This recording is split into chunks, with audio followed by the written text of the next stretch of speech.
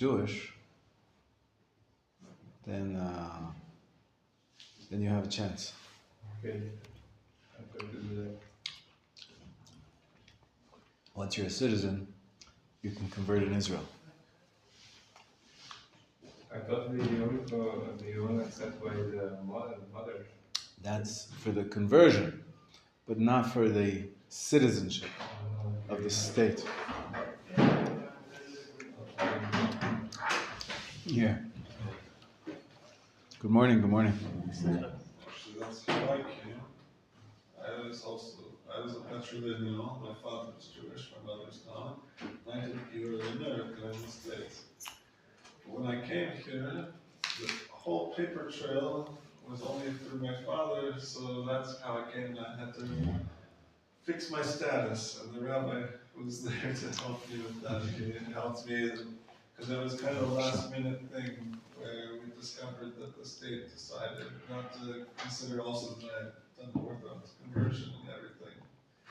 So I had to fight the court over it. Baruch Hashem, it worked out. It worked out before my wedding. Okay, exactly. Was it a week before or something, or a couple weeks? A month before. It Baruch was Hashem. too close for comfort. All right. They said, come back next week. Remember? I remember. Okay, good morning. Let's get started in laws of Shabbat. We talked about lighting Shabbat candles the other day. We talked about Torah study and prayer on Shabbat, the special aliyot that we have, the Haftorah on Shabbat. We're going to go to chapter 6 now and learn some laws of Kiddush.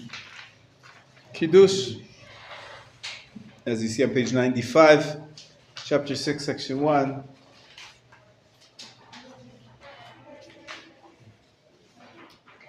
Who wants to read for us to get us started off for the morning? Gershon, perfect. Okay, we're gonna work you as long as we have you. I'm happy to earn my keep. Okay, excellent, great. So laws of Kiddush. Number 1, Zachor v'Shamor. As we've seen above in the previous chapter, there are two crucial mitzvot that form the backbone of Shabbat: Zachor and Shamor. Shamor instructs us to refrain from all labor. In this way, we clear space in our soul, which we are commanded to fill with positive contentment. This positive content is included in Zachor, which instructs us to remember the holiness of Shabbat and to use it to connect with the foundations of our faith. For 6 days, we are active in the outside world. On Shabbat, we return to our inner world, to our soul, and remind ourselves once again of the fundamentals of faith. It's interesting. I don't know if any of you have done some meditation. Once. Once? What kind of meditation? Any kind. I do A lot. a lot. I do it especially with Nigun. That I learned that from Nigun, you said? Nigun. Yeah, no, not. What do you mean? What do you mean? What is that? Kind of music that you. Music. Nigun. Music. Yeah. But I do the meditations that Ari Kaplan said in his books. Jewish meditation by Ari Kaplan. Sure. With the nature, sometimes even.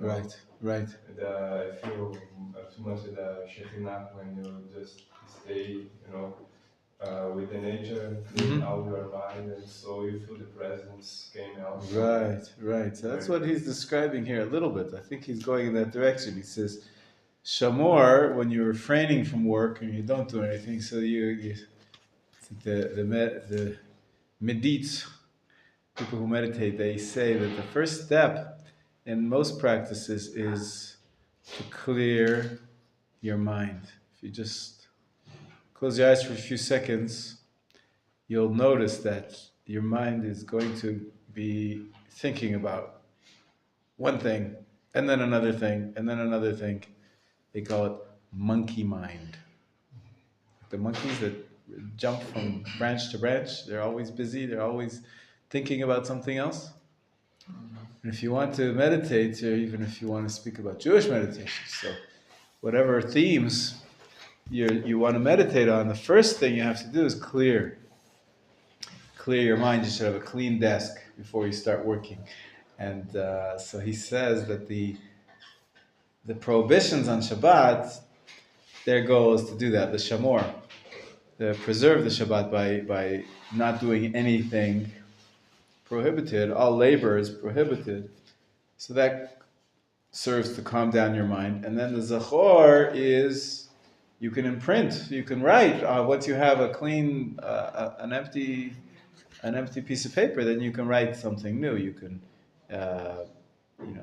meditate on specific thoughts which you want to, positive content to fill your mind with, to fill your soul with on Shabbat. So Shamor v'Zachor, he goes in a little bit of that direction of the Shamor is emptying yourself out so that you can infuse yourself with this positive content. What's the positive content of Zachor? Now he's going to talk about it a little bit, because why is he talking about Zachor? What's the title of the chapter?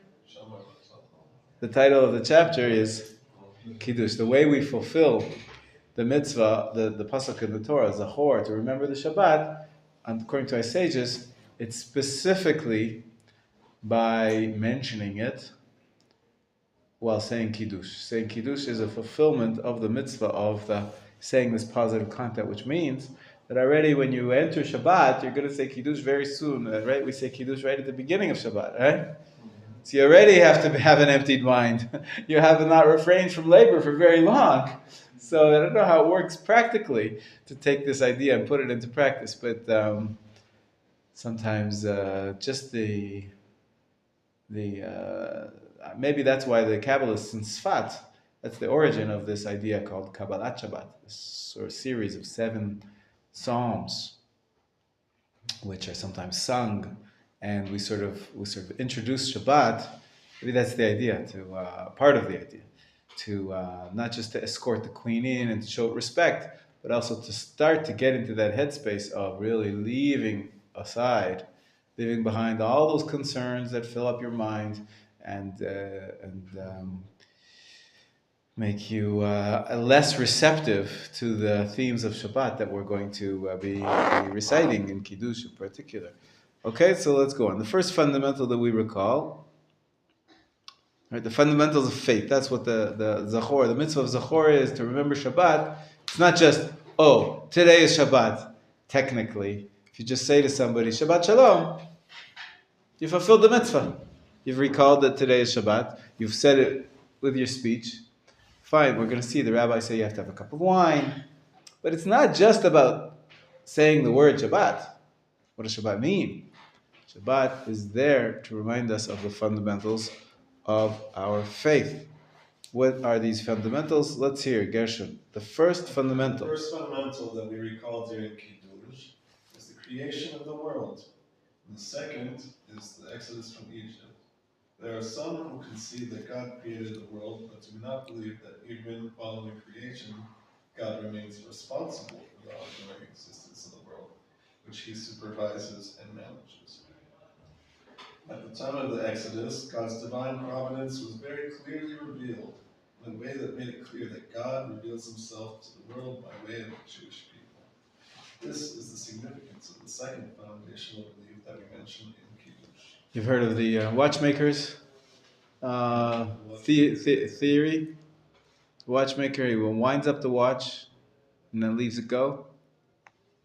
Right, this is a philosophical approach that some ancient religions took. That God created the world. He wound up the watch. He created this clock and he wound it up. Nowadays you don't see those kind of watches too much. They have to be wound. Like the spring has to be wound tight for it to work. Now we have a battery in most clocks and watches. But in the day, it was by a spring, and the spring had to, every day you had to wind your watch to make it, to make it work. And then it would work until it got done, until the spring got released, and then it wouldn't work anymore. You'd have to rewind your watch. So this is a philosophical approach some philosophers took, is that God is like the watchmaker, that he created the world. Sure, we agree that there's a God who created the world, but he wound up the spring, and then he left. He got busy with other things. He left. He's not involved anymore in the world, which is, of course, contradicted by our Torah. Our Torah describes God not only as the creator of the world once upon a time, but a God who intervenes in the world, who is active in the world, who continues to watch over the world and pushes it in the right direction. And the primary event, the locus where we talk about God's intervening in history is, of course, the Exodus from Egypt. And God chose the Jewish people and took them out as a people and created the nation. And of course, it starts with Avraham, Yitzchak, and Yaakov as well, but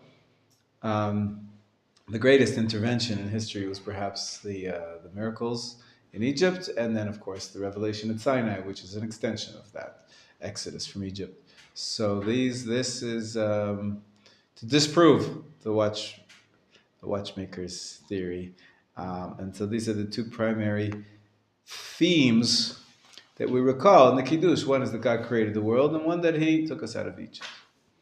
Okay, go ahead. These two foundational beliefs are mentioned in the Torah's two versions of the Ten Commandments. In Shemot, we are commanded to remember the creation of the world, commemorate the day of Shabbat to sanctify it. For in 6 days the Lord made heaven and earth and the sea and all that is in them, and He rested on the seventh day. Therefore the Lord blessed Shabbat day and hallowed it. Shemot 28 and 20:11. However, the mitzvah is formulated with the word shamor, and there are the Exodus. The Exodus from Egypt is mentioned. Observe the day of Shabbat to sanctify it. For you were a slave in the land of Egypt, and the Lord your God freed you from there with a mighty hand and an outstretched arm. Therefore, the Lord your God has commanded you to keep the day of Shabbat. 5:12 and 15. In truth, there is a connection between Shabbat and the Exodus from Egypt, for they both reveal divine soul, which brings about our freedom from enslavement, whether to Egypt or to work. Should I keep going? Please. We fulfill the essence of Zachor when we recite Kiddush over wine, thereby sanctifying the whole day, as it is written, commemorate the day of Shabbat to sanctify it. Shemot 28. The entire day should be sanctified and set aside for reviewing foundational beliefs and studying Torah while eating pleasurable meals and sleeping soundly. Even during the week, there is a mitzvah to remember Shabbat and sanctify it, meaning it should be honored more than other days. One should prepare for it by making food, laundering, bathing, and cleaning one's home. See Ramban, Shemot 27, and above 2:1-6. Keep going. Great. Both men and women are obligated in the mitzvah of Shabbat. Although women are generally exempt from time-bound positive commandments, and Zachor is such a mitzvah, women are nonetheless obligated because Zachor and Shamor were proclaimed together. They are intertwined. Just as women are obligated in the mitzvah derived from Shamor, the negative commandments, so too they are obligated in the mitzvah derived from Zachor, the positive commandments. Therefore, men and women are equally obligated in the Shabbat mitzvah. The woman may recite Kiddush for a man and exempt him from this obligation. But minors who have not yet reached Bar or Bar mitzvah cannot accept adults, because even children who are old enough to understand what Shabbat is about are still only obligated rabbinically in Kiddush, whereas adults have a Torah obligation. Shulchan Aruch 271. I remember when I was a kid, my grandfather died when I was about 10 years old, and so we would go to be with my grandmother, so she shouldn't be alone for Shabbat. We'd go over to her house for Shabbat, and she was so used to the concept, the old world, that that the man makes Kiddush. She never made Kiddush in her life. Always her husband made Kiddush for her. Before that, her father made Kiddush for her. She was an old lady. And so here I was, a 10-year-old kid, visiting for Shabbat. Who's going to make the Kiddush? So I knew how to make Kiddush. I grew up in a religious home. And we actually even had till today, we have a practice that all our kids make Kiddush, even with their children, and they learn how to say it. So I knew how to make Kiddush. So she had me make Kiddush. But according to this, I couldn't exempt her of her obligation to say Kiddush herself, because I was a minor. So she actually did. She said the Kiddush along with me. She didn't just listen and say Amen. She actually said it herself. And that was the proper thing to do because I was a minor, so I couldn't exempt her of her obligation to recite the Kiddush herself. I think that's what she did, but she always said it herself in any case. We're going to skip the next section. We're going to go to the concept of Kiddush with wine. Okay, Number three, yeah. Page 98. Kiddush over wine. The sages instituted the recitation of Kiddush over wine because it is the most dignified beverage, as it provides both nourishment and good cheer. They similarly instituted that a beracha be recited over a cup of wine at other joyful mitzvahs, such as betrothal, weddings, when 7 blessings, Sheva Brachot, are recited, and Brit Milah. The special status of wine is also expressed in the fact that a special beracha was instituted for it. Before drinking most beverages, we recite the general beracha of Shechako, and after finishing the drink, we recite the short beracha Achrona, Borim Nefashot. When it comes to wine, however, we recite Hagafen before drinking, and Alagafen afterward. Another law gives expression to the special status of wine. Although its beracha is different from that of other drinks, reciting Hagafen over wine exempts the person drinking from making berachot over any other drinks. Ideally, in order to glorify the mitzvah, Kiddush should be made over a fine wine, one the person making Kiddush really enjoys. If wine is unavailable, one should make Kiddush over bread on Friday night and over an alcoholic beverage such as beer or vodka on Shabbat day. If no such drink is available, he may make Kiddush over bread during the day as well. There's a footnote here, should I read that too? No. The recitation of Kiddush over wine has profound significance. Generally, holiness comes to expression in the spiritual world in a somber and serious fashion. On the material world, the evil inclinations towards lust, arrogance, and mockery are more evident. Therefore, Gentile spiritual leaders often distance themselves from joy and jubilation, as they are likely to entice one towards physical desires. This is not the case for Jews. We sanctify Shabbat with wine to express the holiness of Shabbat, which reveals itself in both spiritual and material worlds. Joy and jubilation, when properly directed, can be our true partners in revealing holiness in the world. This is the point of Shabbat, to reveal holiness through Torah study as well as festive meals, through prayer as well as Kiddush over wine. This accords with the statement of the sages, one who recites Kiddush over wine on Friday night is granted long life in this world and in the world to come. Nice. Wow, okay. So you get long life just for making Kiddush over wine. I like that. Perfect. The idea is life in this world as well as the next. It's not about we're afraid of this world and we have to distance ourselves. It's true. We have to be careful, but we must learn how to enjoy this world and not be overcome by the evil inclination and to have it get ruined. Who got messed up by wine? No. Right, we just read about it in the parsha last week. Noach couldn't handle it, and this was a downfall of Noach. But ideally, we try to elevate this, say that perhaps in the Garden of Eden, the fruit of the tree of knowledge was grapes, perhaps. It's a beautiful idea. Once somebody said that my name is Weinberg, so I guess I like these ideas about wine a little bit. So you step on the grape. The Jewish people are compared to grapes. Geffen. And when you step on the grapes, you can crush them. We were just received a blow just a couple weeks ago. And boy, does that hurt. And is that really messy and horrible. But we know that with wine, that's the process of ultimately producing fine wine. That's crushing the grape is a necessary sometimes necessary stage in creating the wine, which even gets better, much more tastier than the grapes themselves. And so we hope that Bezrat Hashem, the Jewish people also will have their difficulties, but grow better and stronger, sweeter, and more refined. Baruch Hashem. Bezrat Hashem. Okay, so what wine should we use for Kiddush? So far, so good. Everybody, any questions about what something we learned so far about the Kiddush?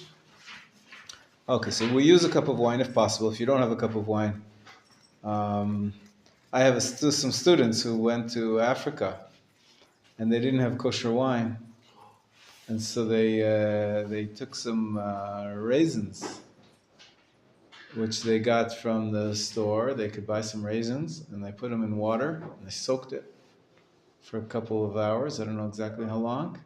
And that sort of juice, sort of grape juice, is what they made Kiddush over. It's the best they could do. If you don't have kosher wine, you make your own. Make your own kosher wine. Obviously, it's not pure wine, but it's better than nothing. So here he says, is that good? Is that kosher? Let's take a look. In section 4, he talks about the various Kiddush wines. You want me to read it? Yeah, 1 second though. There is this wine that you can go to the store and buy it, and it says on it, wine for Kiddush. That's what it's called. And also in America, Kiddush wine. It's a concept. It's a category of wines, and it's actually a little bit of a misnomer. Many people consider Kiddush wine the wines that are sweet. Kiddush wine, as it's used in marketing, it's this like Kedem or Concord sweet wine, which is very traditional. This was what the wine that a lot of American Jews grew up with, is sweet wine. Kids like it, and for anybody who appreciates fine wines, it's barbaric. Yeah, you wouldn't even drink that. You wouldn't even consider that good wine. So, right, a wine. Of course, the better wines are dry wines or semi-dry if you really need some sweetness. But the dry wines of whatever the grapes are, Cabernet Sauvignon or Merlot or all the different types of grapes. Now Israel has become quite a leader in fine wines, kosher fine wines. It's a wonderful new expression of our rooting ourselves in our land once again. Very good country for growing wine, for growing grapes apparently, for wine. So a lot of grapes are being brought over from Europe and planted in Israel, and tremendous success. A lot of boutique, small, micro wineries, as well as large wineries, which are winning awards all over the world for the fine wines. So ideally, Kiddush wine should be the finest that you can afford. Whatever wine that you like to drink, that's the wine you should use for Kiddush, not Kiddush wine that you buy in the store. You don't have to have that sweet stuff.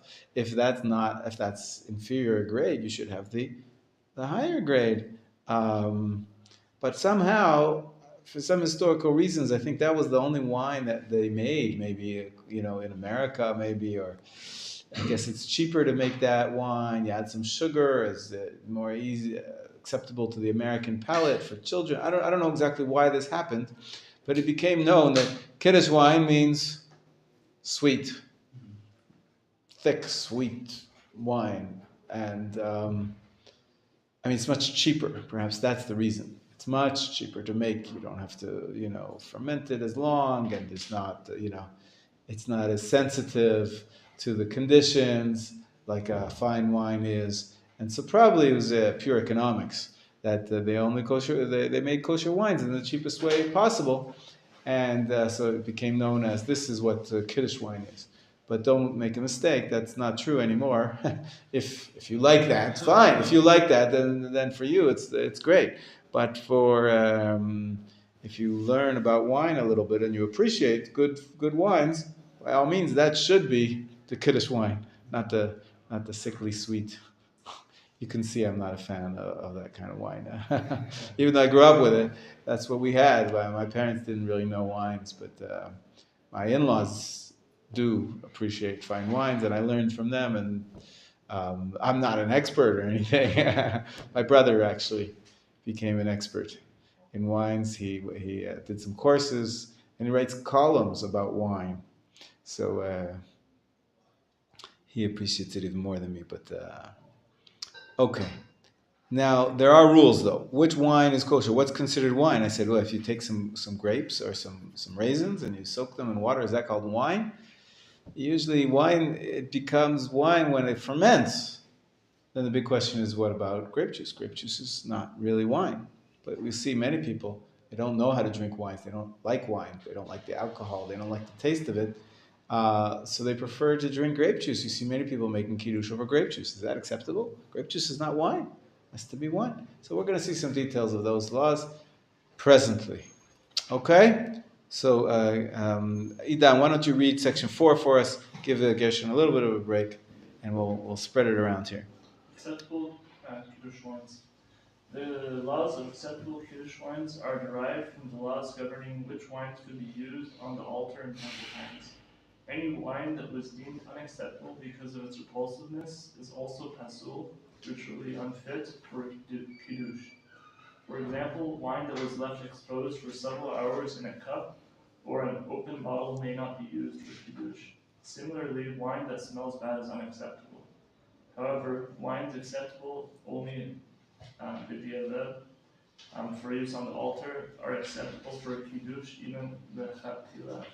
For example, a very sweet wine made from overripe grapes overexposed to sunlight is acceptable on the altar, b'diavad, but acceptable for a kiddush, even the chatchila. Similarly, using grape juice on the altar was deemed acceptable b'diavad, but may be used for kiddush, the chatchila. Nevertheless, it is most preferable to make kiddush on good alcoholic wine that makes one glad. Okay, skip the next paragraph, go to the I bottom. have a question first. Yeah.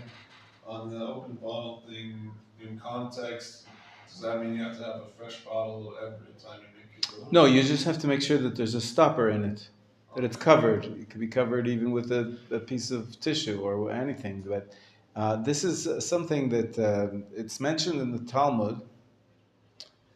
The what? The snakes thing? Yeah.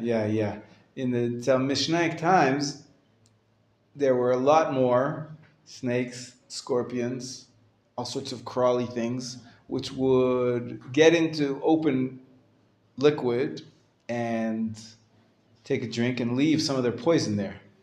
So the Talmud was very concerned that people would die if they ever drank liquids which were exposed, uncovered liquids. Uncovered liquids are prohibited according to the Talmud. So now it's been quite a few thousand years, about 1,500 years since the Talmudic times, and where we live. Have you seen a snake recently? Have you seen a scorpion recently? Where I used to live, we used to see them quite often because it was a building site. But where you live in the jungle, you see them.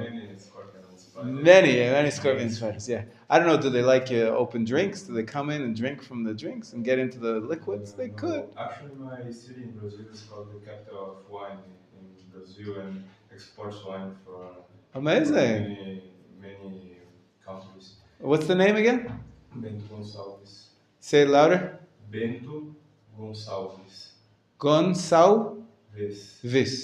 Yeah. Bento Gonçalves. Actually, I didn't drink the wine that they produced there because the major part of the city was formed by Italians. Yes. And they consecrated the city for a Roman pagan idol called Bacchus. Yes. And in one of the places that they produce wine, that's called Aurora. It's one of the greatest wine producers in Brazil. Have a Bacchus statue in the first floor of the company. A great idol, so I don't drink from that. Yeah. They put two statues of Bacchus in the entrance of the city. Wow, so interesting. Bacchus, some kind of a Roman god, you're saying? Yeah. Roman god, that's the Roman god of wine. the culture. you already heard about bacchanal, this word, like Bacchanal, when people, join Orgies, orgies, Mm-hmm. came from this pagan god. Wow. Okay. It's even older. It comes from a Greek god, Yeah, and they absorbed that and made it their own tradition. The Greeks have a story about a group of women that went after this so-called god and would tear people apart as part of this Bacchanalia festival, on top of the orgies and the drinking and everything else. They normally they are seen in Roman pagan culture. They like climb a mountain, drinking wine, making like sacrifices with animal, and orgies out the way, tough clothes and this They is do this in Brazil? no in Roman pagan culture and in Greek culture. Mhm. They do this a lot. Right. Wow. So this city where the wines are in Brazil, they have this as And their. not every place could have like 100 or 200 places that produce wine, but this place in specific Right. called Aurora. Right. this It's Aurora. big Okay. one. Wow. Yeah. Okay. So getting back to Gershon's question about uncovered wine, the Talmud says you can't drink it because it's dangerous. So many Rishonim, the scholars during the medieval times, they said, wait, we don't have so many snakes and scorpions. It doesn't seem to be too dangerous today. So they say that it's allowed. However, old habits die hard. And the truth is, they said, well, maybe there's actually something spiritually dangerous about drinking uncovered wine. And so the common psak, halacha, today is that many people know about this idea, that if the wine has been uncovered, it doesn't have to be a new bottle, but as long as overnight it wasn't left unsupervised, if it was left unsupervised, a bottle or a cup of wine, so many people won't drink it. They say this is uncovered wine, we won't drink it. The halacha, that the way I understand it, is that it's allowed to drink it, but you shouldn't use it for kiddush. You shouldn't use it for fulfilling your obligation. There, we're machmer, we're a little bit more stringent about wine that was left uncovered, unsupervised. Going back to this ancient story of the danger, but also everything mentioned in the Talmud, we're not sure that that's all they were worried about. Maybe they were worried about spiritual matters as well. And so there is this scrupulousness to be careful to always have the wine covered if you're leaving the room or if you're gonna, especially overnight. You should. Translation issue then, because when it says open bottle, what comes to mind for me is that I've already opened it for Friday night. So Does he not say question in uncovered? my mind. Does he not say uncovered? It says open bottle. So yeah. That's why I had that question of interpretation. It's a good question. Good question. I know No, I'm the glad we. snakes thing, but I didn't. That's it. That's what he's talking about. And yain megule, uncovered wine, is the best translation of that. In any case, what happens if you water down the wine? Now, I want to tell you that in the Mishnaic times, I don't know why exactly, probably because of irrigation. Now, it used to be that you couldn't drink the wine that was pressed directly from the grapes and fermented. It was too strong. You would always dilute the wine. The wine that you produced was like concentrate, and you would dilute it either 1-3 or 1-4, and it was quite an art. Everybody liked their wine a little bit more concentrated, a little bit less. Nowadays, nobody dilutes the wine. The wine somehow that we produce naturally is fine for drinking. It's not too concentrated. It could be because of the irrigation. We have a lot more irrigation nowadays, although not everywhere do they water their vineyards. So I'm not sure exactly why, but this is definitely a feature of Talmudic times, that the wine there has to be diluted. And so the concept of having wine and putting water in it is okay. That's normal. That's what's expected. But how much, you keep putting water in it, then there'll be no more wine left. How much water can you add and still have it retain its status as wine? to this day, there are some people that find wine too strong for them, and they add some water. I do this during Pesach. Usually Well, you better know the rules about how much water you can add to dilute it and to let it retain its status as wine. A lot of people do. This you'll see in Hasidic homes. A lot of people add 1 drop. Have you seen that? I've seen a Yeah. That's not. That's a different principle. This is a Kabbalistic thought that wine, the red wine, usually represents din, represents a strict justice, the aspect that God rules the world with severity, and water represents mercy. Hashem rules the world with grace and loving kindness, and so symbolically, you add in 1 drop of water into the wine, and then you're mixing the two, so you wouldn't have only strict justice, you'll have compassion in the mix, and it's a symbolic idea. But this is not what we're talking about diluting here. Diluting, here we're talking about adding, because it's too strong for you, not 1 symbolic drop. Okay? Also, there's one other custom that maybe he'll say later, but I'll tell you now. In the Talmud, they're very careful that you have to wash out the cup, the Kiddush cup, the glass that you use, the goblet you use for the wine, has to be clean. I believe this was really born from the conditions of the day, where they didn't have dishwashers. They didn't really actually use soap in most, till modern times. It became very easy to access, and we use soap when we wash our dishes. It's not considered wash unless you have soap and scrubbies and all those kind of things, and things get very, very clean. But in ancient times, they didn't really have that kind of processing. So the goblet from one kiddush to the next, it had a little bit of residue of wine in it, and it gets kind of disgusting. And so they always said you have to make sure that the cup is clean. You have to wash out the cup. Hadacha means you should rinse it out, rinse out the cup of wine. Until today, I think more in Hasidic circles, even though, all of our dishes go through cleaning with soap and scrubbies and dishwashers, and they're very, very clean.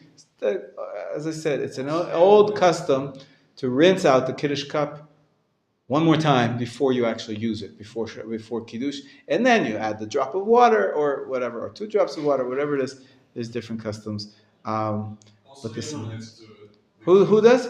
Yemenites do it. Yemenites wash out the cup. Yeah, it says it in the Talmud. Hadachat hakos. One of the conditions of having the kosher goblet for Kiddush is that you have to rinse out the cup first. As I said, it's a little less practically needed nowadays. But, okay, let's see. But this is, again, not what we're talking about. Here we're talking about diluting to make it less concentrated. Okay, go ahead. Some maintain. The bottom of page 100. Idan, go ahead. Some maintain that if wine is so watered down that there is more water than wine, it is not considered wine. The bracha recited over it is not hagefen, and it is unacceptable for kiddush. Others are more lenient and permit its use as long as it still tastes like wine. Local Israeli rabbinates make sure to only certify wines in which wine content is the majority, thus satisfying all opinions. I spoke to a few winemakers. They said we don't add any water at all to their wines. Most wines nowadays somehow they're diluted enough naturally. You don't have to add wine, but if you personally want to, that's fine, as long as it has the taste of wine. And there's some more details. But we'll. What if you add with grape juice? So grape juice, it's acceptable for kiddush. The bottom line is, where the poskim say, if you can't drink wine, or if you don't like wine, if you can't get wine, grape juice is good enough. Although it's a debate, because of course the difference is it's not alcoholic. It's not quite wine if it's not alcoholic. But the custom is that because he said it was kosher b'di'evet, after the fact, or not in the ideal practice, but it's still a kosher practice for the Beit HaMikdash, so it's kosher for Kiddush, even the Chatchila. There is a preference, though, if you can drink wine. If you hate wine, you don't have to force yourself to suffer, but ideally you should have wine. Now, the next law many of you have heard of before. if you're doing Giur, you know that there is a stringency that somebody who's not Jewish who handles wine, we're afraid maybe he comes from Aurora. And maybe he's thinking about some kind of a god when he's handling the wine, and that makes the wine prohibited from the Torah. Now, not everybody, that's only if he's really a pagan, or if he's thinking about that when he's handling the wine. But the rabbis made a stricture. Anybody who is non-Jewish, who handles the wine, is forbidden from drinking the wine.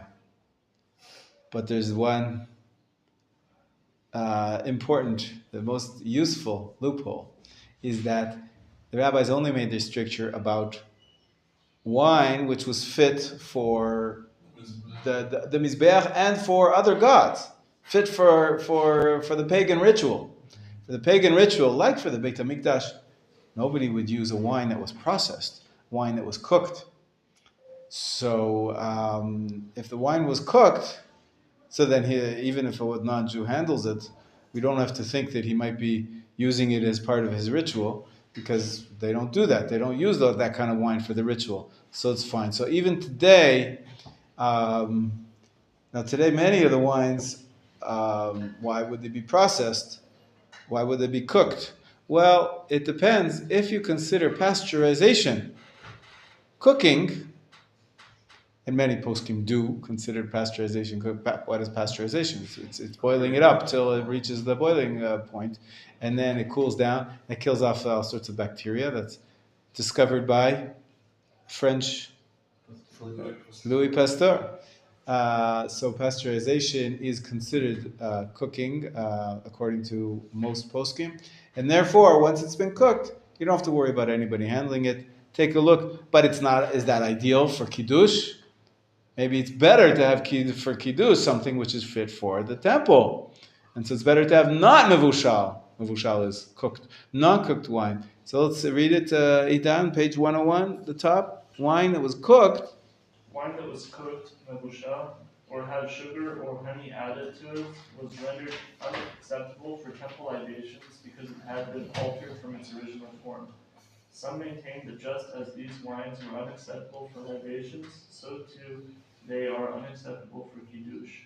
But the majority of poskim maintain that these wines are acceptable for kiddush because cooking them or adding sugar to them is meant to improve them, and this is the accepted practice.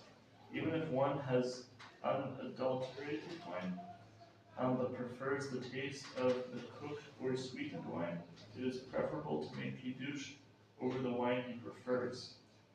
Many choice sweet wines have no sugar added, but rather are sweet because of the type of grape used to make them. Everyone agrees that these wines are acceptable for kiddush. Boker Tov. Okay, excuse me. Shalom. Shalom. In the event that we are successful to arrange a security clearance and whatever is needed to go down south and help out a farmer because he has no labor or very little labor to pick his cherry tomatoes and other things, who would be interested in joining us for a full day, which would mean leaving early in the morning as well? I don't know the details yet. But to be there, by 7 o'clock, you have to leave here at 5 o'clock in the morning or something like that.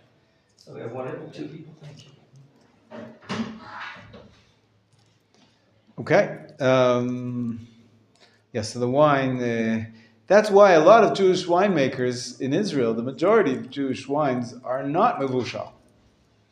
It's considered preferable for kiddush. So what do they make kosher wines for? For people to use them for kiddush as well. So in America, it's different. In America, most winemakers actually do the pasteurization, and the most wines you find in America, kosher wines, are mevushal, whereas here most wines are not mevushal. As I said, it makes a difference if you are in the giur process, or if you're, there's other reasons to be lenient, but that's a whole nother question. Regarding the kiddush, as he says, your favorite is the best. Whatever you prefer is the best. And white or red, whatever you prefer. Next page says, some maintain red only.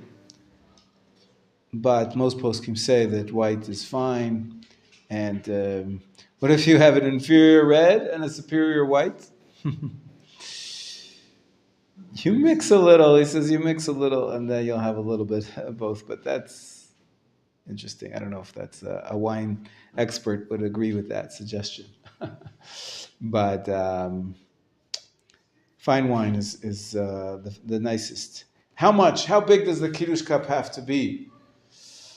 This is an interesting question. Goes back to how we figure out what the measurements in the time of the Talmud were. They didn't use milliliters or gallons. If you're American, what do they use in Brazil? Milliliters. Yeah, not. It's only the Americans in North America who use the what's that system called? The imperial metrics. Imperial.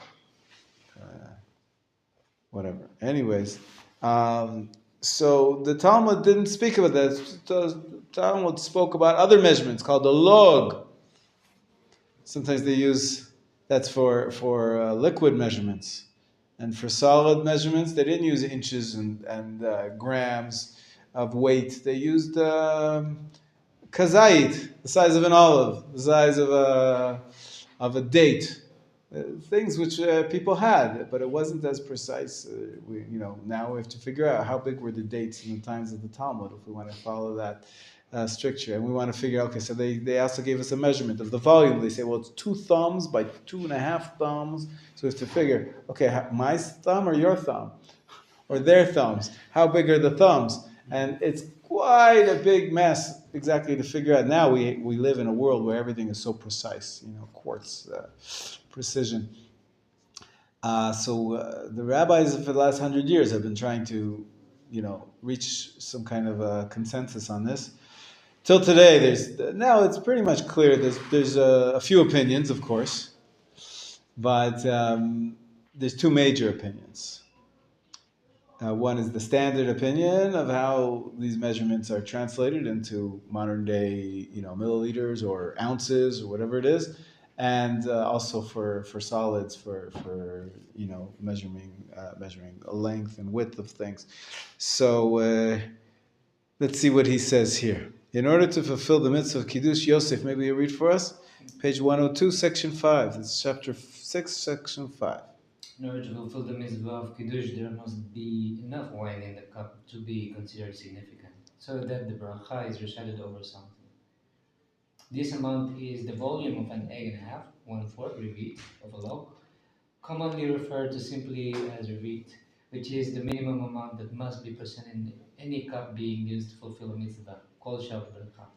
If less than this amount is used, the mitzvah has not been fulfilled. Shabbat, Pesachim, and Shemini. Wasn't it Amen? Magen Avraham is a commentary on the Shulchan Aruch, yes. For many years it was assumed that the egg and a half that Rambam mentions was the equivalent of 2.9 ounce or 86 milliliters. How do you remember 86 milliliters? It's the gematria of the word kos. Kaf. Kos. Kaf is 20, Vav is 6, and Samech is 60. That's 86.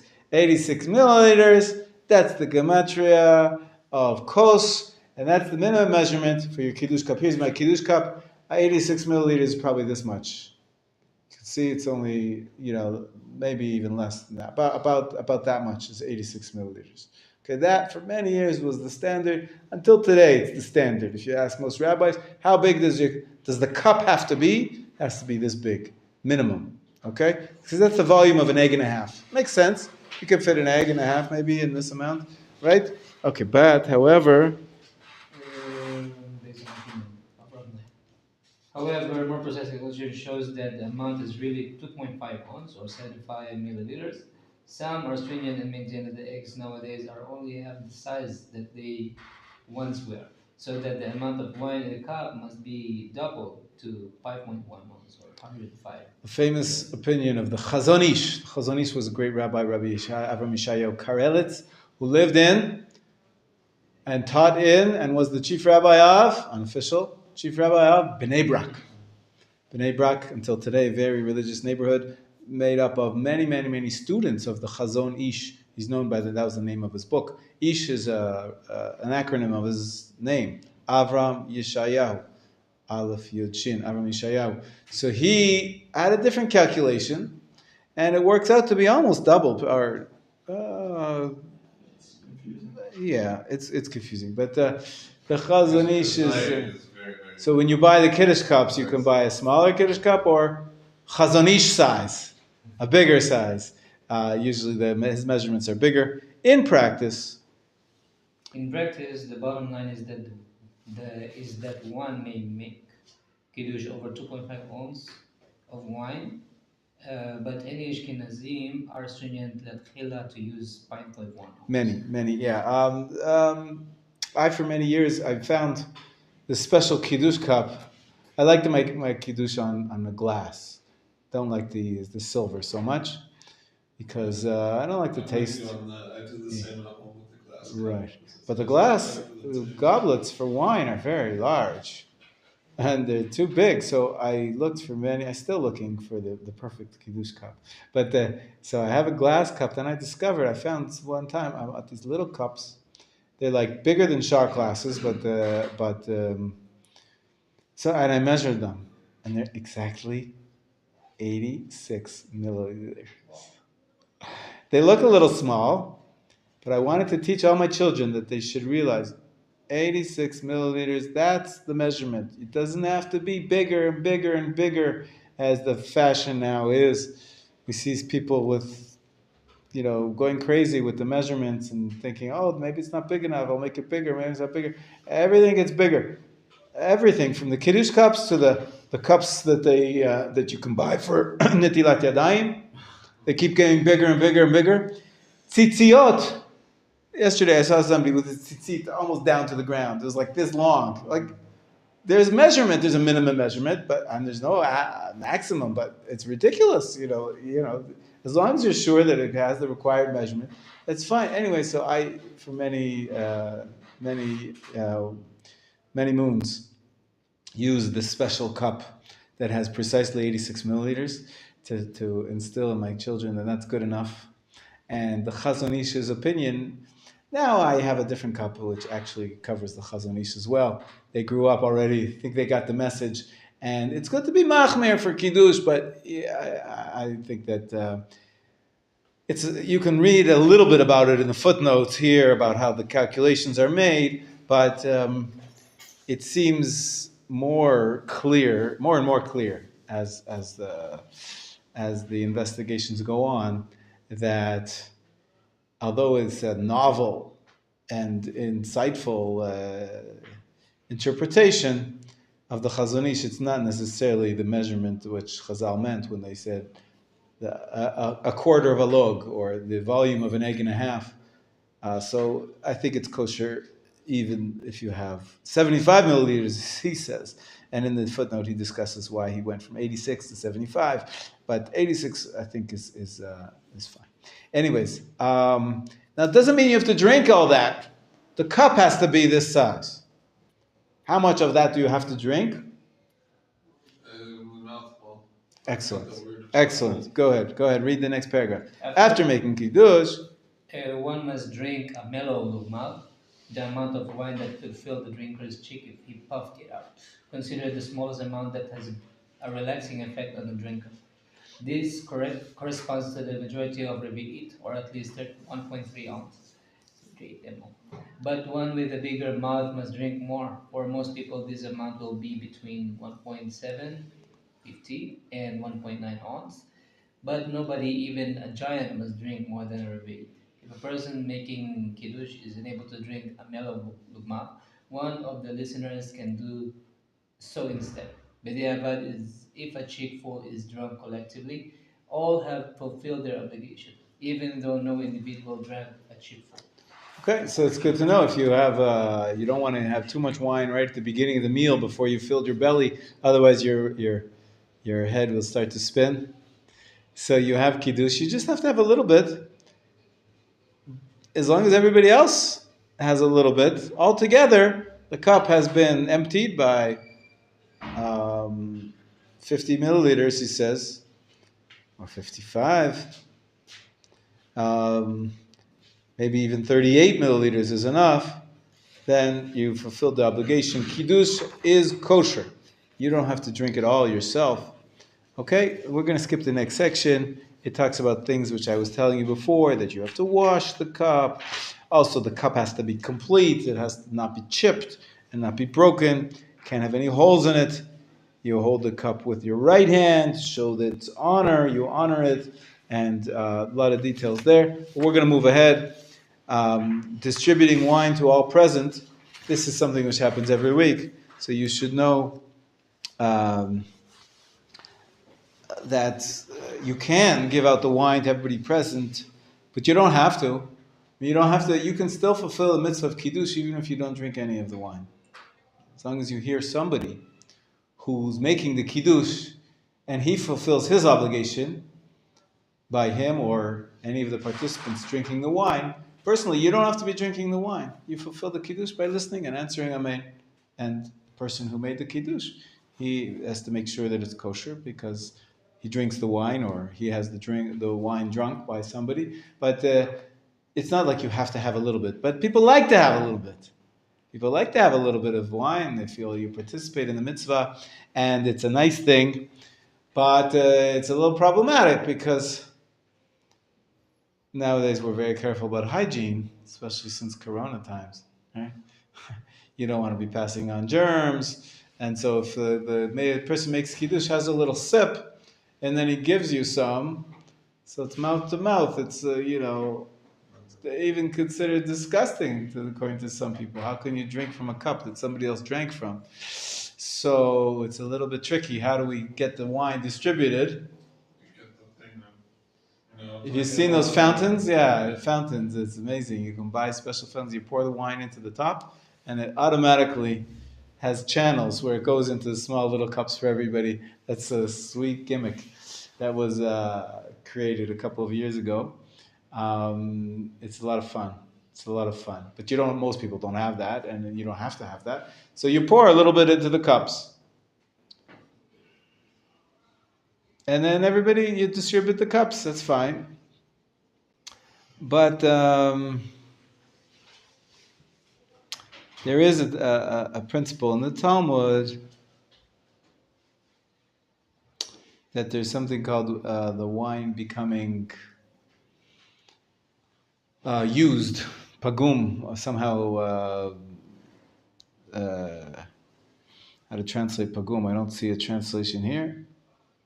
Somehow becomes inferior, becomes ruined a little bit because it was tasted by somebody. In any case, there's different methods. You have to make sure that, you're saying the bari priagaf and everybody else is going to drink. When everybody gets their little bit of wine to drink, they don't say another bracha. They listen to your bracha. They said amen. They're already fine. But if there's 100 people at the table, it's going to take a long time until you pour out for everybody. Or even if there's 10 people, it takes a long. And after saying the bracha, you don't want there to be a delay. So many times there's another solution. Many times what I do is when I see that there's a lot of people around, if we're not all from the same family, people are not so careful about drinking from the same cup and whatever. But if there are people around, and there's quite a few, I asked everybody before kiddush to fill up their own cup. Some people like wine, some people like grape juice. And their minds will be thinking that they'll be listening to my kiddush and answering amen, and thereby fulfilling their obligation. But then, as soon as the kiddush is over, everybody can drink the cup that's in front of them. It's already been poured. So they don't get from the kiddush cup. But it doesn't matter because their mind and they can be holding the kiddush cup while the one person is reciting the kiddush. So there's different methods. The bottom line is some people make the mistake and they make their own bracha. It's only a mistake if you had in mind to fulfill your obligation of the bracha with the reciter of the kiddush. But if you weren't thinking about it for some reason, or maybe you spoke, you interrupted in between. Before you got your cup of wine, you said, "Oh, what a pretty dress you have. Shabbat shalom, Shabbat shalom." If you're speaking about other matters, that's an interruption. And then you have to say a bari priagafen yourself on your own little cup of wine, on your own little bit. But usually you don't interrupt and you don't have to say another bracha. If you're listening to the kiddush the Baruch Atah Hashem Mekadesh HaShabbat of the central Kiddush maker, so then why not listen to him with his Bor Priya Gafen bracha as well? And so you don't have to say anything, just amen, and then when you get the wine, you drink it, if possible, as quickly as possible, after the Kiddush. All right, so far so good? Questions about that? So everyone in the table needs to drink from the same cup of Kiddush in a four-person table, for example. So I think that everybody does not have to drink the wine. Only the person who... That's right. makes it. Okay. Someone has to drink a cheekful. Someone. Maybe even the one who's making the kiddush wants to have just a tiny little bit. He can give it to his neighbor to do the rest of the cheekful. But it's not that everybody has to have a little bit. You can just listen and have nothing. You fulfill the mitzvah of kiddush. Okay? Yeah. Yeah. Yeah. Let's say I did a kiddush, but the wine is not finished. The wine in the cup is still Yeah. maybe still Sure. left up. Sure, usually that happens. The Kiddush cups, as I said, they keep making them bigger and bigger. If you have a Kiddush cup this size, you think you're going to finish the whole thing before eating anything on Friday night? Good night. You won't even have you'll be drunk before you know it. So usually there's wine left over in the Kiddush cup, yes. So after that, I go wash and I come back for the bread. So before I go wash, should I cover up the wine? Because you're asking about what we learned before about covered wine. So if there are people around, if there's people at the table, that's not considered unsupervised. If you're going far away, and there's not going to be anybody near the wine, so then okay, so cover it up. But usually you don't have to be careful about that. As I said, nowadays we don't have so many snakes. If they have non-negotiable wine and they go to wash hands, because the Machon specifically has the gear program and not everybody knows who is what and all this. Is there a concern or is it? No. We can be very lenient about these laws. As I said, there's strictures which are really very, very far suspicions. Nobody here is going to be a pagan worshiping idols, and mostly most of the people are Jewish anyways. You don't have to go crazy with this thing. And we don't have snakes and scorpions as commonly in these parts, so we keep the law. And so overnight, if I left the wine overnight outside, usually I put it in the fridge, but or I cover it with a stopper. But if I didn't, so then I won't make kiddush on it the next morning. Usually in the morning I make kiddush on whiskey in any case. We're going to learn about that too, but that's allowed. But sometimes I do use wine, but I don't use the uncovered wine. But other than that, the wine is still kosher. And some people are more machmir that I think that don't go there. That's my opinion. Okay, next. Page 108, section 8. Why do we call her the challah? The challah is being jealous. My father would always tell us as little kids, when there were little kids around the table, shh, challahs are sleeping. Covered with a blanket. That's why we don't talk, right? Because the challahs don't want to wake them up. So there is a halachic rationale for this, and a symbolic meaning of covering the challah. Okay? Let's see. He talks about a number of different customs together. So, Stephen, maybe you'll read for us section 8. Kiddush custom and covering the challah. It is a widespread custom to stand during the Friday night Kiddush because it attests to the creation of the world. A witness must stand when giving testimony. The Arizal, basing himself on mystical consideration, also recommends standing. This is the custom of Sephardim and Ashkenazi Hasidim. Shulchan Aruch 271, verse 10. Kaf HaKarim 62. However, most Ashkenazi Jews sit during Kiddush since it is supposed to be recited where one will be eating, see section below, and meals are eaten sitting down. Additionally, sitting down together make the audience and the person making Kiddush into a clearly defined group. There are some Ashkenazim who also try to get the best of both worlds by standing during recitation of Vayekulu and sitting down for the rest of the Kiddush. Have you seen that? Some people stand for Kiddush. Some people sit for Kiddush. Some people stand at the beginning and then sit in the middle. What? I've been yelled at for sitting. Yeah, well, the results is you should stand. But halachically, purely halachically, it makes sense to sit. Because you're setting your meal. Meal is set when you're sitting. But, one of the considerations is, how does the Kiddush start? How does the Kiddush start? So the beginning,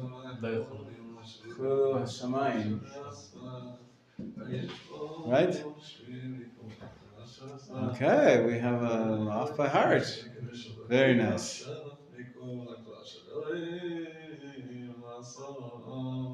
Good. So the beginning of chapter 2, the beginning of the section about the Shabbat starts with the words Vayichulu Hashamayim. The heavens were completed, right? Some Kabbalists, they suggested, and I think it's almost universal now, that we preface the end of the previous, right? This is usually the notation used to separate between verses. The previous verse is Vayhi Erev, Vayhi Boker, Yom Hashishi. And so most Kiddush starts off Yom Hashishi Vaychulush. It's a very strange way to start Kiddush for the 7th day by saying the end of the 6th day. Why do they do that? Because of the letters, first letters. That's it.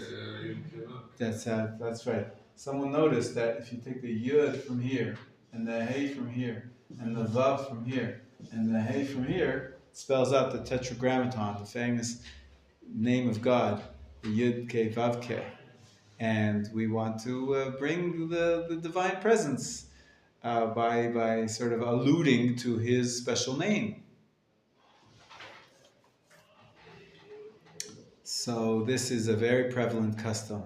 There are many, many problems with this custom. But first, this is a reason why the Arizal said, and common practice is, we stand up for Kiddush, even though halachically you should be sitting.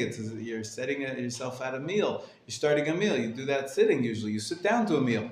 Why do we stand at the beginning? In honor, in respect of the name of God, which we're going to allude to in the Kiddush. Okay? So the Yud Ke Vav Ke there, and so you have to stand for the beginning. And that's why some people say, okay, I'll stand for the beginning. But then midway, when I make the bracha on the wine and the Kiddush, the rest of the Kiddush, I'll sit. So people stand there in the beginning and sit for the continuation. Some people, like Gershon, sits for the whole thing.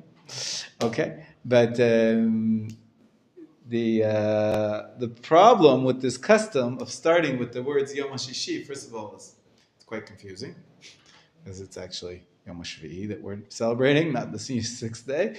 But the problem is that you're usually not allowed to truncate a verse. To recite only half of a verse is going against the tradition. The tradition is, each chunk of the Torah was defined by Moshe Rabbeinu as a specific start and stop. There's a sentence. You can't divide up the sentences not the way Moshe divided up the sentences. And the sentence of Moshe was not Yom HaShishi, just these 2 words. It actually starts earlier. Vayher Vayboker Yom HaShishi. So you'll see in some Sidurim it says in small, small letters before the Yom HaShishi it has Vayher Vayvoker. Some people say it under their breath. Vayher Vayvoker. And then they say out loud, Yom HaShishi vaychulu hashamayim. Only problem is, that's not the full verse either. The full verse, because Vayer Vayvoker in other days of Breshit, it's a full pasuk. But in the sixth day, the pasuk continues. It starts earlier. Yom HaShishi is the Vayer Vayvoker is the end of the verse, which starts Vayar Elokim et kol asher asa v'hinei tov meod Vayer Vayvoker Yom HaShishi. So some people, and some benchers, you see that in some of the little booklets, they have the entire pasuk. So you shouldn't be breaking up the pasuk. They start off their kiddush, Vayar Elokim et kol asher asa v'hinei tov meod Vayer Vayvoker, and then they say out loud Yom HaShishi, just so that they don't say a small section of a pasuk, parsing it not the way the tradition does. But it's quite common that people just start Vayer Vayboker, or they just start Yom HaShishi. I think most people don't even know anything about what I just told you, and they just say what it says in the Siddur. It says in the Siddur, Yom HaShishi Vaychulu. And because of this, actually, a lot of Israelis, in Israeli culture, they call the Friday night meal Aruchat Shishi. Because it is Yom Shishi, that's Friday. Although they celebrate Shabbat, make Kiddush, but they call it Aruchat Shishi.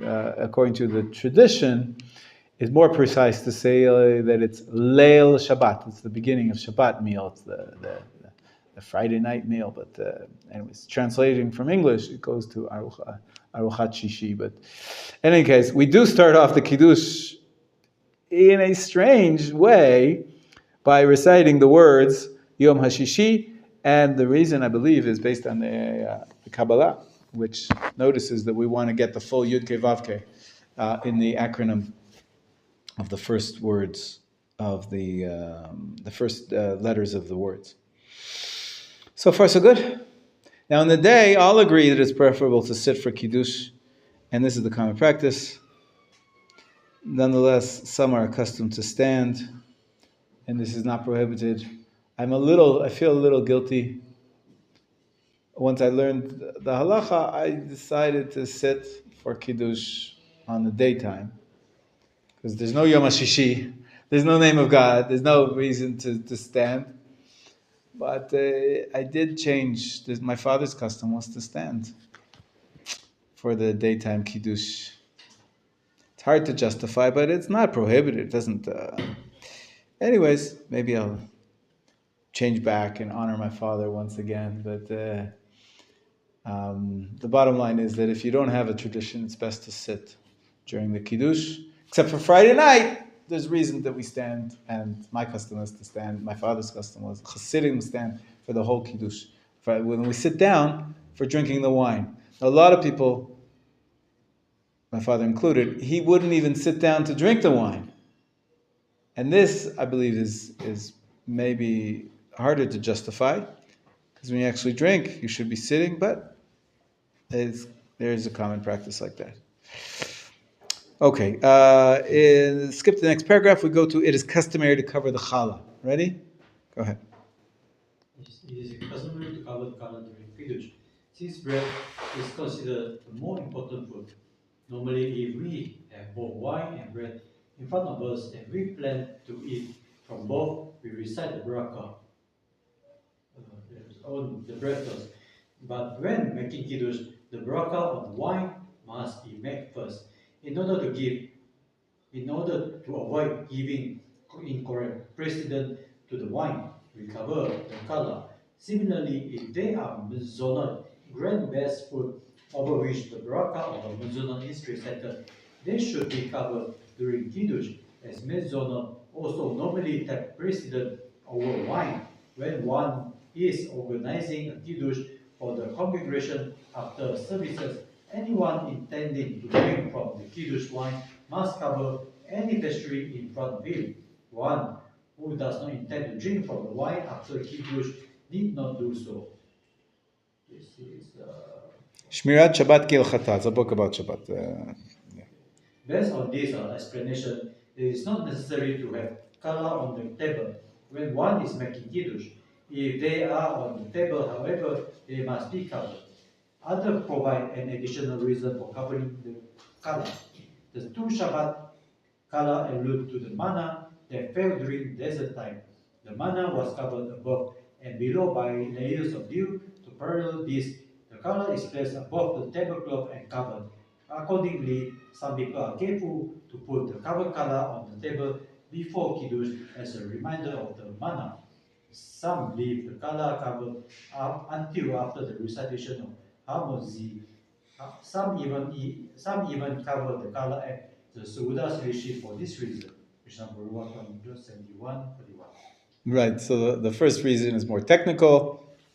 You could make it pretty by saying the bread will get jealous of the wine that it's not having its bracha made first, as it should be, according to the usual precedents.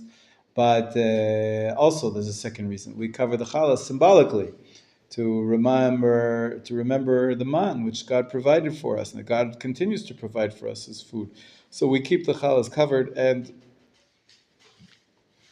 intentionally we want the challahs to be on the table when you're making the kiddush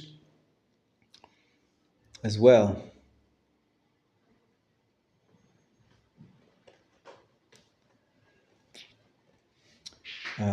Okay, so far so good? All right. You should know that we don't drink before or eat before saying Kiddush. It's the first thing you have an obligation to say Kiddush once Shabbat started. Is there any, Rabbi, like specific duration of time in between? Like, let's say I wanted to drink, on very Thursday I wanted to drink some water, like, say an hour or 2 hours before the Kiddush. If before nightfall, it's not Shabbat yet. You can drink all you want. The problem is after nightfall. After nightfall. After nightfall, you're not allowed to eat or drink anything until Kiddush. Mm-hmm. Even water. If you need to swallow medicine, he says it's allowed. And this is what he says in the details here on page 109. Rabbi says it's okay if you need it for water. Yeah, okay, good. So I had to look it up once when I was living in Katamon. I went to the Stieblock and I looked it up. Good. Okay, so yeah, if it's just water you need to drink. If you're going to dehydrate, obviously, if you're going to get sick, you can. But also in the morning, once you finish shacharit, once again, you're supposed to make kiddush. Right? We make kiddush a second time in the morning. It only applies after shacharit. That's how some people have their coffee and tea before davening. Some people even have a piece of cake. Not that I justify that. Such a custom. But the Chabadnikim are very lenient about this, and they have lots of cake before davening, because they daven long, and so you need to have your energy. Or if you're sick or tired or old, the poskim say you're allowed to eat before davening to give yourself strength to daven. But if you're a healthy, able-bodied individual, there's no reason to eat before. You should not be eating before davening any day, including Shabbat. But after you finish Shacharit on Shabbat, you have an additional mitzvah before you can eat and drink, and that is to say Kiddush. Kiddush, Kriyat Torah, and Musaf is not critical. If you need to, you can eat or drink before Kriyat Torah and Musaf, but you have to say Kiddush. You have to say Kiddush first, and so there's actually some communities where they have something called the Kiddush Club. Heard of that? In the middle of the services, they go out and they make Kiddush because they can't wait till the end. And that's not a good idea to miss some of the services, but we'll talk about that another time. In any case, many times my wife makes Kiddush on her own on Shabbat morning because she davens at home. She doesn't go to shul, and she has no obligation to have communal prayer like the men do. So when she finishes davening, she doesn't want to wait for another hour till I get home. After all the Kriyat Torah and all Musaf, and usually takes longer. Sometimes they start at different times. But she wants to drink.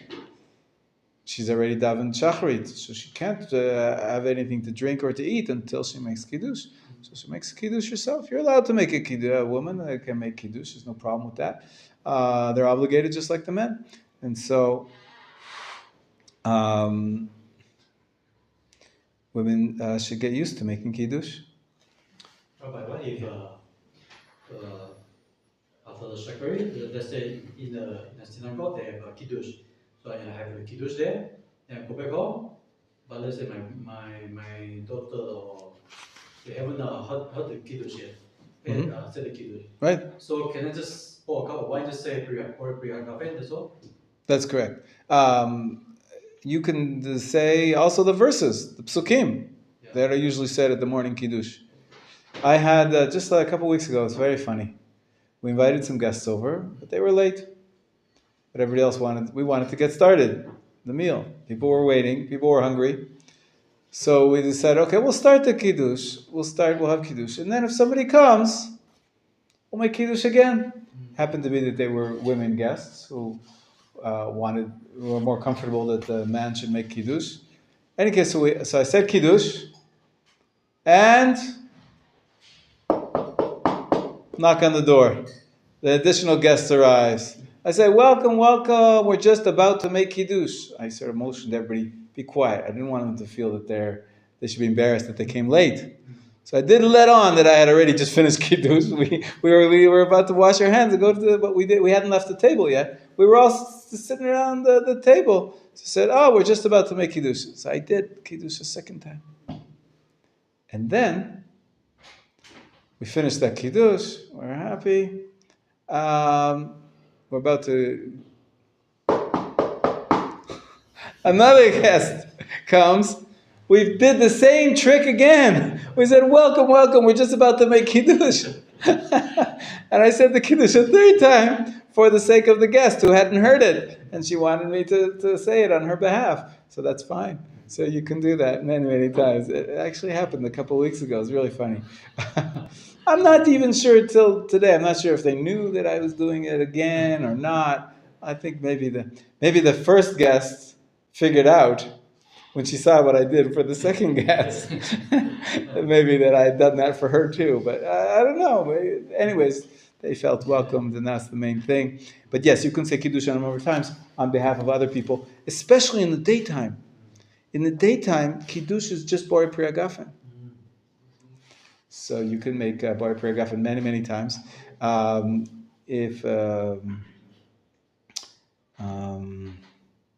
Let's see, he talks about it here. You mentioned the Kiddush in the synagogue, in Beit Knesset, which is, many times that little snack, sort of festive, communal delicacies. They have some cake, they have some bambas, obviously some herring. It depends if you're an Ashkenazi shul. Some little pieces. Sometimes they have a kugel. Sometimes they have. Sometimes it's really big meal. They even have cholent at such a communal meal. Most people, they don't have bread. They don't have challah. It's not going to be your major meal. You're supposed to have one meal at night, one meal in the morning, and then another meal, a third meal. This is not one of them. This is an additional meal. Most people call that meal, that snack, they call it kiddush. Why? Because you're making kiddush, because you've just finished the davening in the morning, and you say the kiddush at that meal. Now, it's a little tricky here. You got to pay attention. The rule is, as he's going to say now, the sages ordained, page 111, the sages ordained, section 10, that kiddush must be made at the place of the meal, the makom seudah. For scriptures state, call Shabbat delight, teaching us specifically that where one delights in Shabbat with bread or pastries, he must proclaim Shabbat, i.e., that is, make kiddush. This allows us to reveal the special nature of Shabbat, whose meals are a direct continuation of the mitzvah of Zachor. Proclamation of holiness and delight with meals complement each other. If one did not eat where he made kiddush, he does not fulfill the mitzvah.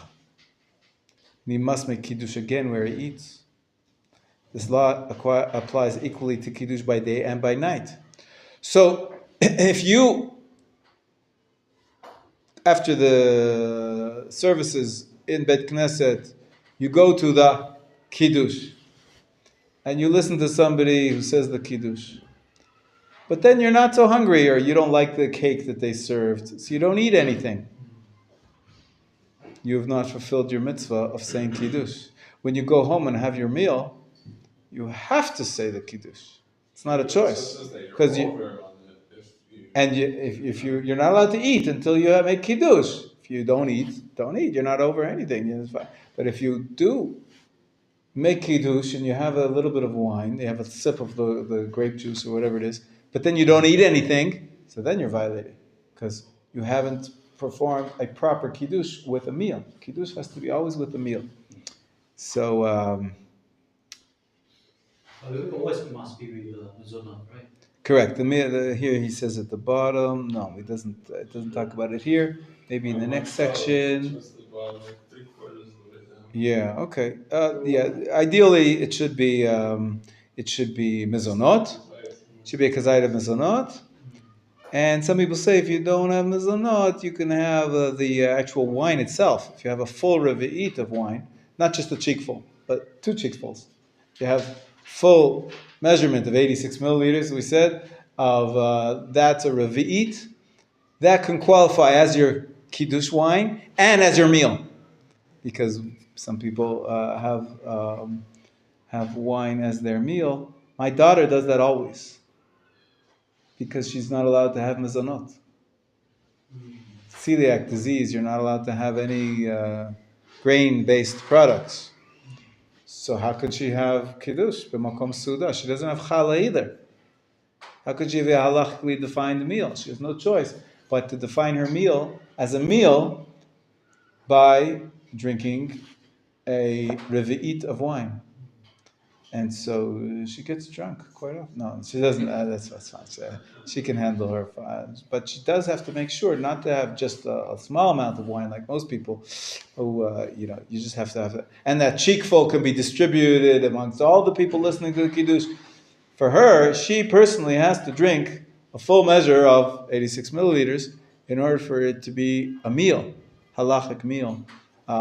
This is her condition. In any case, once you heard Kiddush at the shul and you had a piece of cake, you fulfilled your obligation of Kiddush. When you go home and you have your full meal with the challah and the lechem mishnah and your meat and your cholent or whatever it is, you don't have to make Kiddush again. Sometimes I do anyways.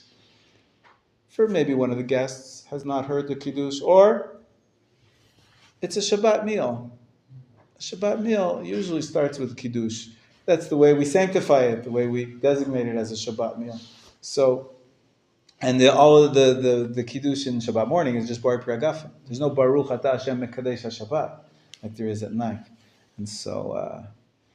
Also, the ones in the Beit Knesset come from, they used to have travelers stay there. And that was their meal.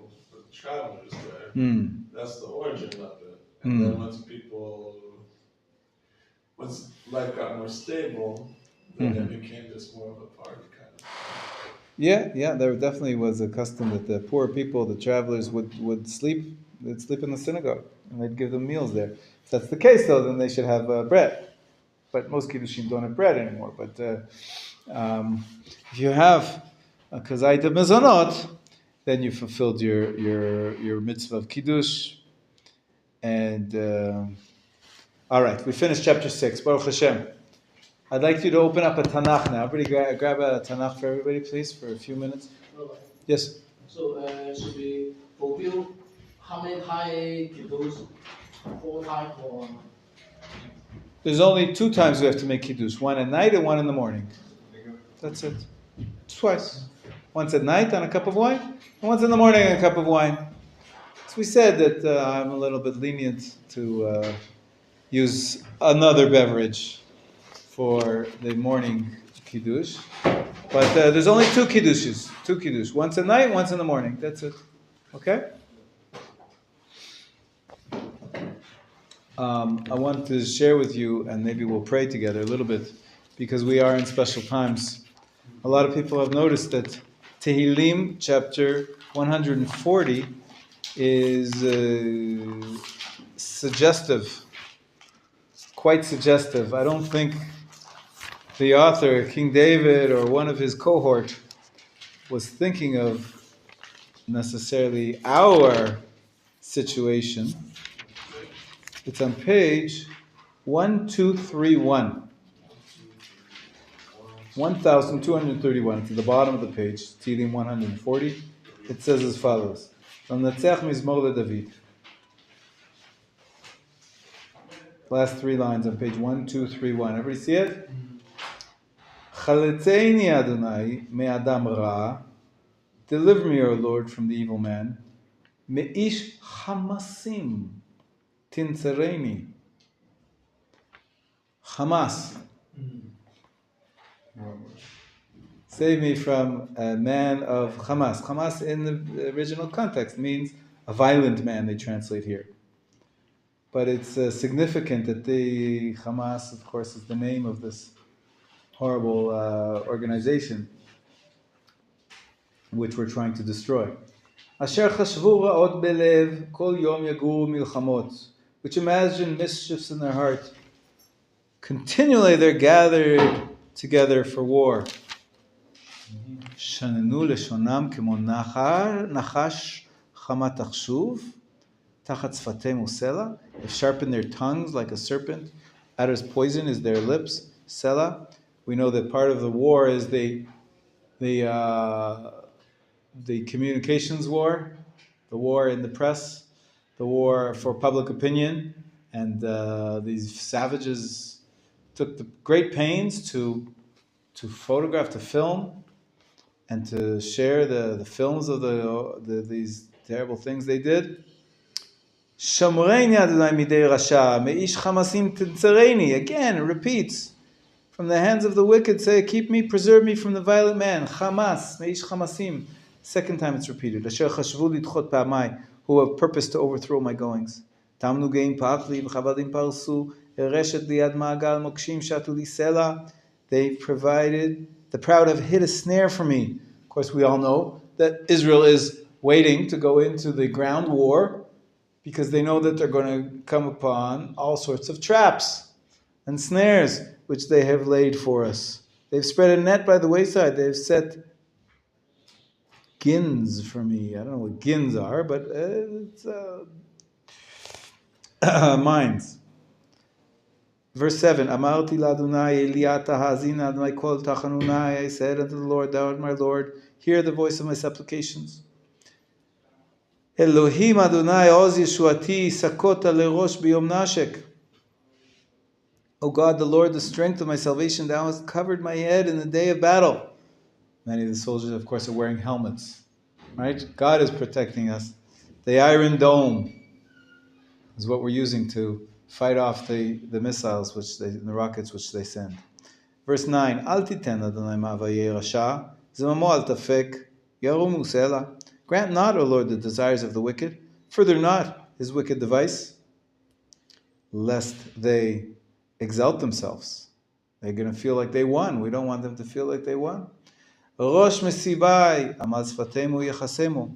As for the head of those that compass me about, let the mischiefs of their own lips cover them. Hopefully all of their lies will be laid bare for everyone to see. Yimotu alehem. Let burning coals fall upon them. Gechalim, ba'esh yapilem. Mahamarot bal yakumu. Into deep pits that they rise not up again. Again, these deep tunnels which they're digging underneath Gaza are hinted to perhaps in this pasuk. Ish lashon bal yikon be'eretz ish hamas ra. Third time it uses the same verb, hamas. Yitzudenu lemadchefot. That means in verse 12, let not an evil speaker be established in the earth. Evil shall hunt the violent man, that's the ish hamas, to overthrow him.